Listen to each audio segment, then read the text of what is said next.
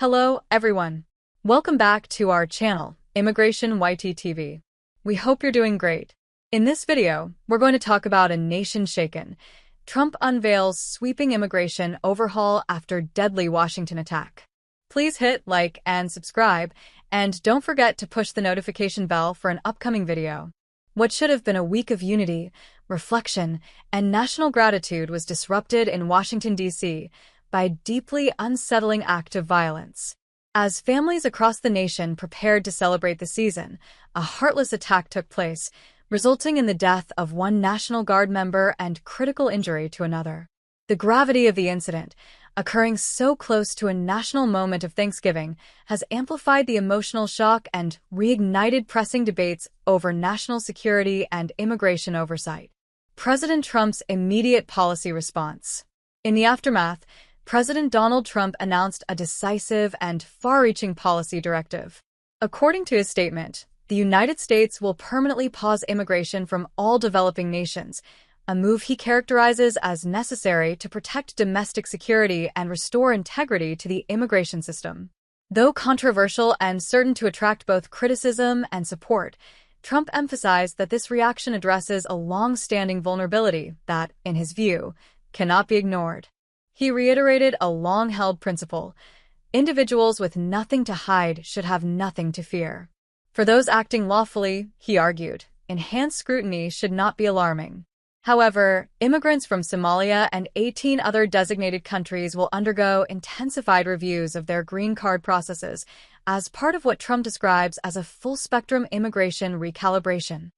Expanding federal oversight and benefit restrictions. President Trump's broader plan includes the suspension of federal benefits and subsidies for non-citizens, the tightening of vetting procedures, and the revocation of citizenship for individuals who undermine public safety or violate domestic peace.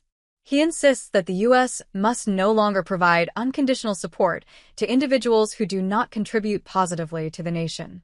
He also cited the consequences of previous immigration decisions, particularly those related to the Afghanistan evacuation, as a catalyst for stronger action. Videos from the chaotic airport evacuations, he noted, illustrated how thousands entered the country without proper verification, a lapse he labels a disastrous failure of the previous administration. Immigration, responsibility, and the national burden. In Trump's framing, the United States must operate with the same logic as any household.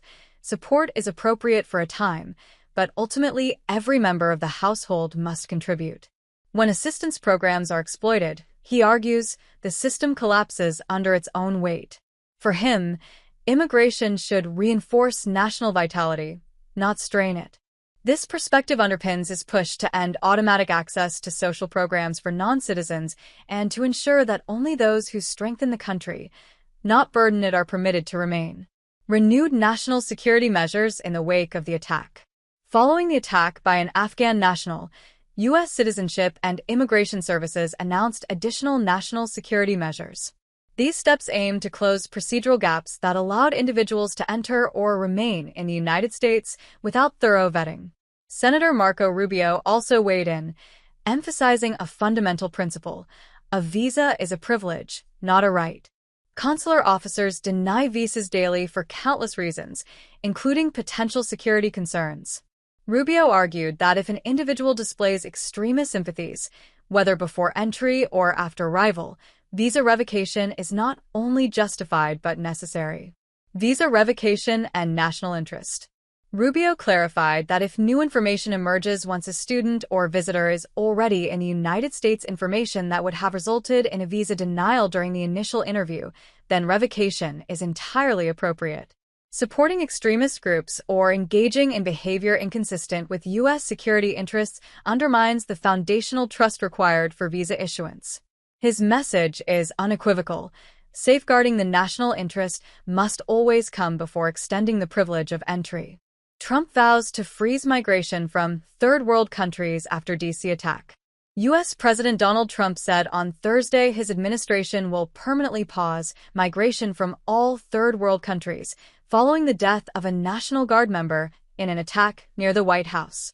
The comments mark a further escalation of migration measures Trump has ordered since the shooting on Wednesday that investigators say was carried out by an Afghan national who entered the U.S. in 2021 under a resettlement program.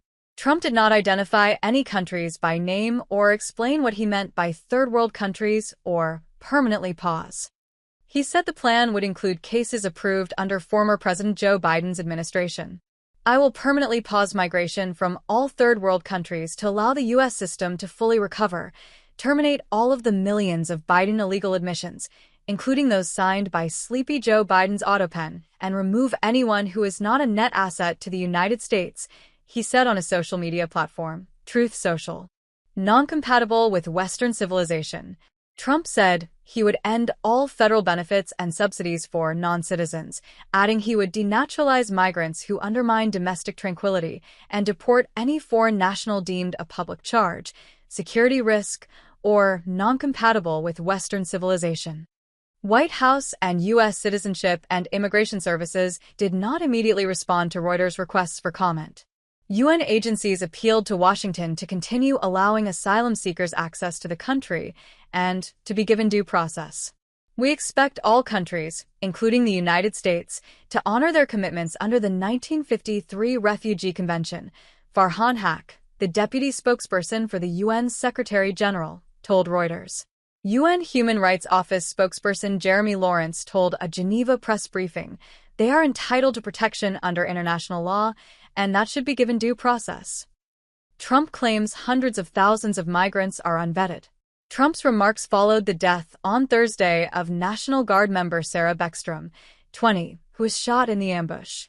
Fellow Guardsman Andrew Wolf, 24, was fighting for his life, Trump said. Earlier, officials from the Department of Homeland Security said Trump had ordered a widespread review of asylum cases approved under Biden's administration and green cards issued to citizens of 19 countries. The alleged gunman, identified by officials as 29-year-old Romanello Lacanwell, was granted asylum this year under Trump, according to a U.S. government file seen by Reuters.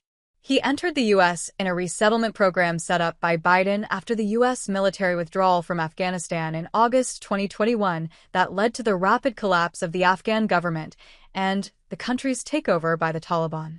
In a separate post prior to his permanently paused announcement, Trump claimed that hundreds of thousands of people poured into the U.S. totally unvetted and unchecked during what he described as the horrendous airlift from Afghanistan.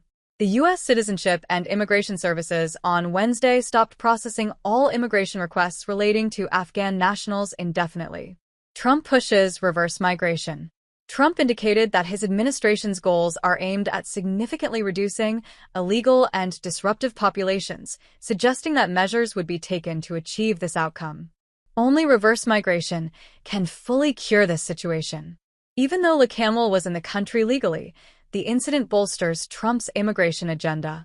Cracking down on both legal and illegal immigration has been a key focus of his presidency, and this case gave him an opportunity to broaden the debate beyond legality to include stricter vetting of immigrants.